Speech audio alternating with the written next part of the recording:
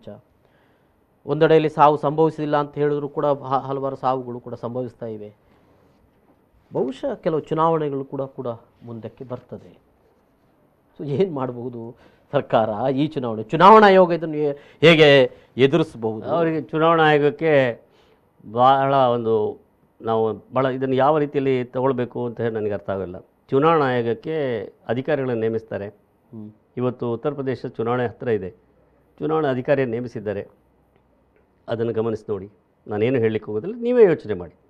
ಯಾವ ರೀತಿಯ ರಾಜಕೀಯವಾದಂಥ ಷಡ್ಯಂತ್ರಗಳು ವ್ಯವಸ್ಥೆಗಳು ನಡೀತಾ ಇವೆ, ಪ್ರಜಾಪ್ರಭುತ್ವದ ಒಂದೊಂದೇ ಅಂಗಗಳು ಹೇಗೆ ದುರ್ಬಲಗೊಳ್ತವೆ ಅನ್ನೋದಕ್ಕೆ ಅದೊಂದೇ ಉದಾಹರಣೆ ಸಾಕು.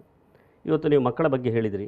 ಕಳೆದ ಯಾವ ಅಧಿಕಾರಿ ಈಗ ಮಾಸ್ಕ್ ಹಾಕಿ ಕ್ರಮ ಕೈಗೊಳ್ಳಿ, ಹೋಗಬೇಡಿ, ನೀವೇ ಕಾರಣ ಅಂತ ಹೇಳ್ತಾ ಇದ್ದರು, ಅದೇ ಅಧಿಕಾರಿ ಕೆಲವು ತಿಂಗಳ ನಡುವೆ ಚುನಾವಣೆಯಲ್ಲಿ ಭಾಗವಹಿಸಿ, ಓಟು ಕೊಡಿ, ಬನ್ನಿ, ಎಲ್ಲರೂ ಭಾಗವಹಿಸಿ ಅಂತ ಹೇಳ್ತಾರೆ.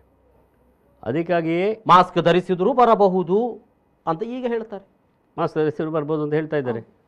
ಸೊ ಇಂಥ ಸಂದರ್ಭದಲ್ಲಿ ಸರ್ಕಾರದ ಒಂದು ವಿಭಿನ್ನ ನಿಲುವುಗಳಾಯ್ತಲ್ವೇ? ಇದು ಸರ್ಕಾರದ ದ್ವಂದ್ವ ನಿಲುವುಗಳು. ಇದು ಸರ್ಕಾರದ ದ್ವಂದ್ವ ನಿಲುವು. ನೋಡಿ, ನಾನು ಇಷ್ಟೇ ಕೇಳೋದು, ನಮ್ಮಲ್ಲಿ ಈ ಸಂದರ್ಭದಲ್ಲಿ ಪ್ರತಿಪಕ್ಷಗಳು ಕಳೆದ ಬಾರಿ ಚುನಾವಣೆ ಆಗುವಾಗ ಕೂಡ ಅದನ್ನು ವಿರೋಧಿಸಬೇಕಿತ್ತು.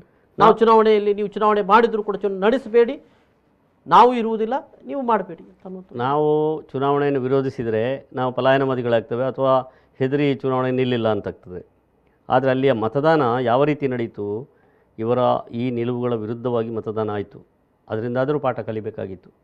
ನಮ್ಮ ಜನ ನಮ್ಮನ್ನು ತೀರ್ಮಾನ ಮಾಡಿದ್ದಾರೆ, ನಾವು ಈ ರೀತಿ ಮಾಡಿದರೆ ನಮಗೆ ಖಂಡಿತವಾಗಿ ಬೆಂಬಲಿಸುವುದಿಲ್ಲ ಅನ್ನುವಂಥ ಸೂಚನೆಯನ್ನು ಅವರು ತಿಳ್ಕೊಳ್ಬೇಕಾಗಿತ್ತು. ಇನ್ನೂ ತಿಳ್ಕೊಂಡಾಗಿಲ್ಲ, ಸಮರ್ಥನೆ ಮಾಡ್ತಾರೆ.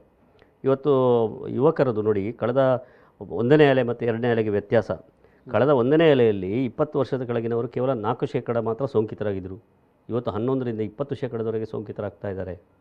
ಯುವ ಜನಾಂಗ ಯಾರು ಓಟಿನ ಒಂದು ಶಕ್ತಿ ಪಡೆದಿದ್ದರೂ ಆ ವೋಟ್ ಬ್ಯಾಂಕ್ ಇವರದು ಸಣ್ಣ ರೀತಿಯಲ್ಲಿ ಕ್ಷೀಣ ಆಗ್ತಾ ಇದೆ. ಯಾಕಂದರೆ ಅವರೇ ಇದಕ್ಕೆ ಮರಣವನ್ನು ಅಪ್ಪಿದ್ದಾರೆ. ಎಷ್ಟೊಂದು ಯುವಕರು ಈ ದೇಶದ ಸ್ವತ್ತಾಗಬೇಕಾದವರು, ದೇಶದ ಇಡೀ ಪ್ರಗತಿಯ ಚಕ್ರವಾಗಬೇಕಾದವರು, ದೇಶದ ಆಸ್ತಿಯನ್ನು ಹೆಚ್ಚಿಸಬೇಕಾದಂಥ ಯುವಶಕ್ತಿ, ಆ ತೋಳ್ಬಲವೇ ಇವತ್ತು ಸಾಂಕ್ರಾಮಿಕ ರೋಗಕ್ಕೆ ಅವರು ಈಡಾಗ್ತಾ ಇದ್ದಾರೆ.